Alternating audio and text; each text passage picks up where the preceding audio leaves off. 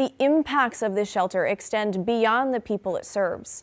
A neighboring apartment building, the ORO Apartments, is now threatening legal action against the city of Portland and the nonprofit operating the shelter, the Salvation Army.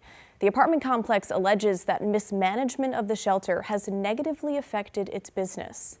Today, I sat down with the attorney representing ORO Apartments, John DiLorenzo. Now, he has sued the city in the past over its homeless policies. First of all, our rents are way down. Our rental amounts are way down because nobody really wants to live there in this kind of an environment. As soon as the shelter lets out at 5:30 or 6 a.m., there is inadequate bathroom facilities in the shelter, and so people use outdoors and our property to relieve themselves. Now, DiLorenzo says the ORO Apartments has suffered over a $6 million drop in value since the shelter opened in September. According to the lease, the city pays $18,000 a month, taxpayer money, to Sturgeon Development Partners. Now, that's the owner of the shelter building. The city also pays another $6 million a year for 2 years, so $12 million, to the Salvation Army to run the shelter.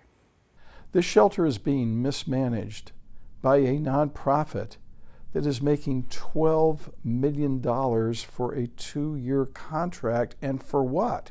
For no bathrooms? For just a bunch of cots? For no services? For no food? For no shuttle service? I mean, what is it that they're doing with this $12 million? Okay, so we took that question straight to the Salvation Army today, and a spokesperson responded, saying they are waiting to gather more information. We'll keep you posted.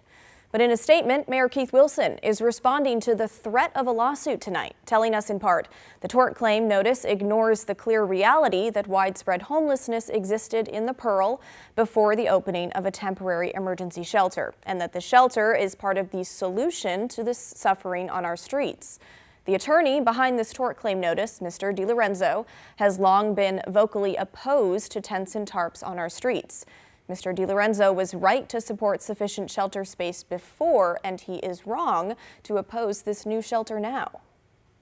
His criticism of me is that I once supported shelters. I continue to support shelters, but the kind of shelters I had in mind when I made that comment were shelters that allow someone to better themselves, to improve their circumstances. Okay, so the city has until March 15th to respond to the tort claim.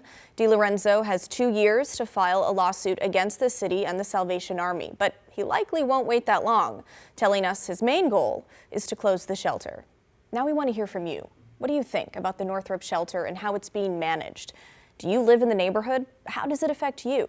Let us know. Email the story at kgw.com or call and leave us a voicemail, 503-226-5090.